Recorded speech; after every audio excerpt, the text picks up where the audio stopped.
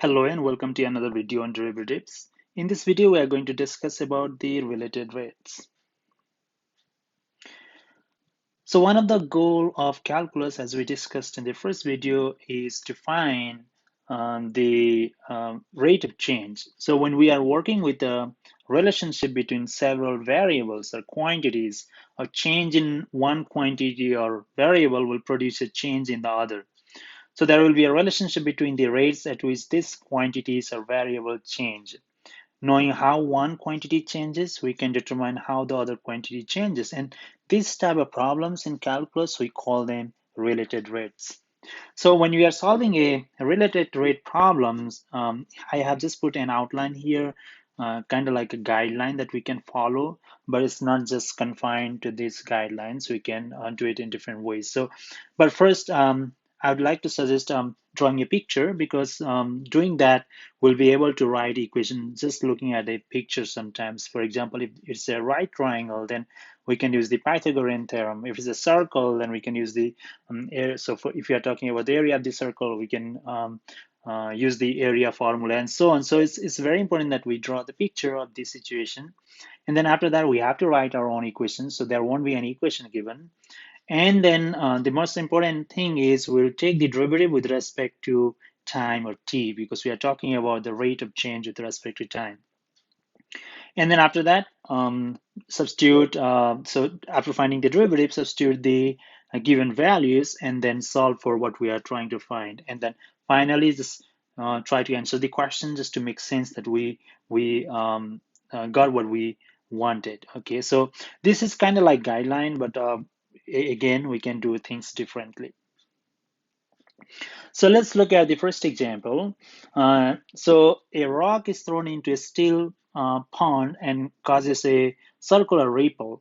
If the radius of the ripple increases at a rate of 2 feet per second, so this is the change in radius. So let's say R represents radius and A represents area, then we can say we can say that dr over dt equals 2 feet per second. That means the rate of change of radius is 2 feet per second. Another important thing to pay attention here is if it is increasing, we write the rate as positive. If it is decreasing, then we write the rate as negative. Okay. Then it's asking us to find how fast is the area changing when the radius is 10 feet. So we are asked to find dA over d t, that means change in area with respect to time. So what is that? And it's given that the radius is 10 feet at that time. Okay, so it is a circle. We can draw the circle, and then we have that radius r. So what is happening is this is increasing because the ripples keeps increasing when you throw something in a still water. Okay, so now this is not that complicated. We can use the area of a circle formula in order to find the rate of change of area. So we'll write A equals pi r squared. And then we are trying to find the rate of change of area. So we are going to differentiate this equation implicitly with respect to t. So when we do that, we get dA over dt equals pi. Now the derivative of r squared with respect to t is 2r dr over dt. And then that becomes dA over dt equals so 2 pi r dr over dt. And then now let's go ahead and substitute the values that we know. So we know 2 pi r radius is 10 feet. And then the rate of change of radius is 2 feet per second. So when we put this in, then we get our answer as, so this is 40 pi, and then it's the rate of change of area, so squared feet per second. So that's the rate of change of area for this problem. Next one, we have a 20-foot ladder. A 20-foot ladder is placed against the vertical wall. So let's go ahead and draw that. So we have this vertical wall, and then we have a ladder, and then let's say this is the ground. That's what we have. So now suppose that the top of the ladder slides down. So that means the ladder is sliding and it goes down. That's what the question is saying. Okay, so the ladder slides down the wall at a constant rate of 4 feet per second. So let's assume some variables here. Okay, so we are going to say, okay, so the bottom, this distance, that is x, and it's changing. We know that when it slides down, this increases. And let's say the vertical, the height of the ladder on the wall, let's say is y. And let's say the length of the ladder is L, and we know the length is 20 feet and it's not going to change. So there's a constant. Y changes, Y decreases, and X increases. Okay.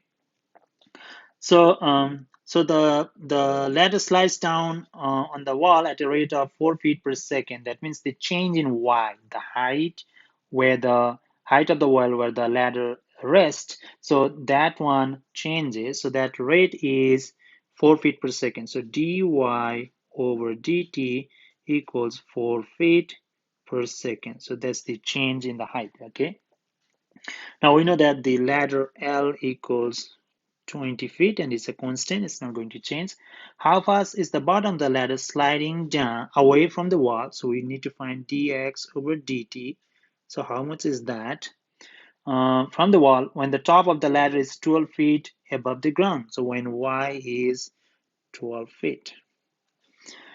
So now we don't know what x is when y is 12 feet. So we need to find that first. So this is a right triangle. We can use Pythagorean theorem to find the value of x. So x equals square root of L squared minus y squared using the Pythagorean theorem. So that gives us x equals L is the length of the ladder. So it is 20. So 20 squared is 400 minus y is 12, so 12 squared is 144, and then the square root, and that equals the square root of 256, and that gives us 16. So x equals 16. So when y is 12, x equals 16, okay? Now, so we need to write the equation to start with. So again, the equation that we can put here is use the Pythagorean theorem and write the relationship between x, y, and L. So we can write x squared plus y squared equals L squared using the Pythagorean theorem. Now let's go ahead and differentiate this implicitly with respect to t. So when we do that, we get 2x dx over dt plus 2y dy over dt equals L is a constant. So it's 20. So 20 squared is 400. But when we find the derivative, that is 0 because L is constant. Now, or we can even, instead of writing L here, we could have just written 400. So that would make more sense when you differentiate it. Okay, so now our goal is to find dx over dt. So that's the question. That's what we are going to find. So let's go ahead and divide everything by 2. So if we do that, we get x dx over dt plus y dy over dt equals 0. Now let's go ahead and put the values that we have. So we know x is 16. We don't know what dx over dt is. That's our unknown, and that's what we are trying to find. Plus y is 12 times dy over dt is given 4.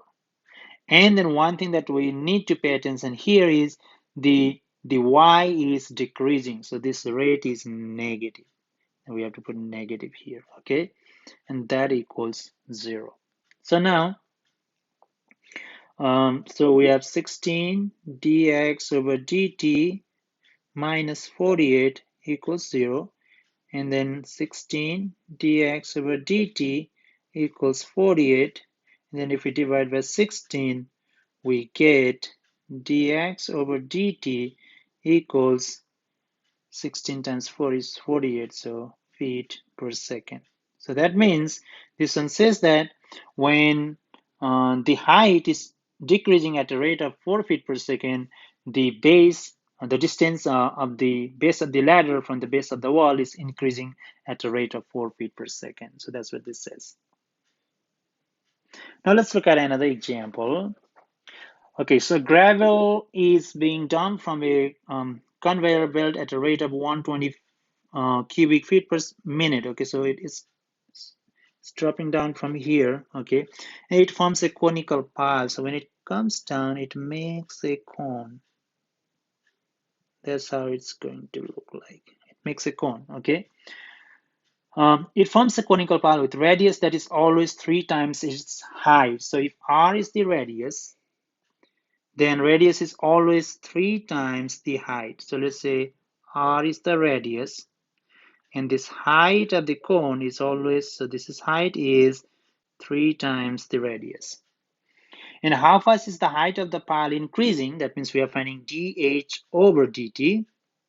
That's the question. When the pile is 10 feet high. So when the height is 10 feet.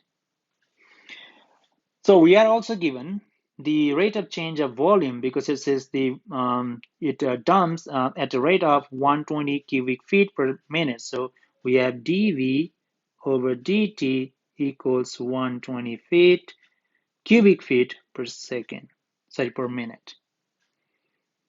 Per minute. That's what we have. So now let's go ahead and use the volume formula in order to do that. So we have V equals the volume of a cone is 1/3 pi radius squared times height. Now if you look over here, we have two variables r and h. We have the relationship between r and h, and we are trying to find the rate of change of height. So let's change r in terms of h, or let's write r in terms of h so that we have only one variable, and that's what we're trying to find the rate of, that is the rate of change of h. So what we're going to do here is we'll write v equals 1/3 pi, let me rewrite this. So 1/3 pi radius, we're going to write 3h squared times h. Now v equals, so 3 squared is 9 and we have 1/3, so that gives us 3 pi. We have h squared times h, so h cubed. Now let's go ahead and differentiate this implicitly with respect to t. If we do that, we get dv over dt equals 3 pi times 3h squared dh over dt. And then we know that rate of change of volume is 120 equals 3 pi. So let's write it 9 pi because we have that 3. So 3 times 3, 9 pi. Now the height is 10 feet squared times dh over dt. It is unknown.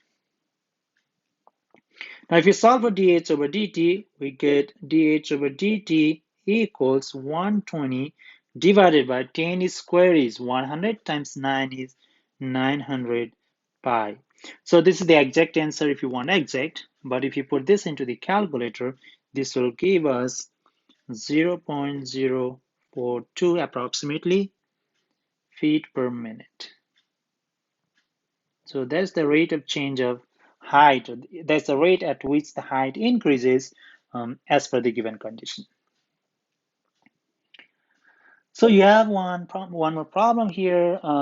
This is a try now problem, so you can pause the video and try this problem, and then you can check your work after you finish it, okay? So we'll go ahead and get it started. This says that there is a spherical balloon, okay?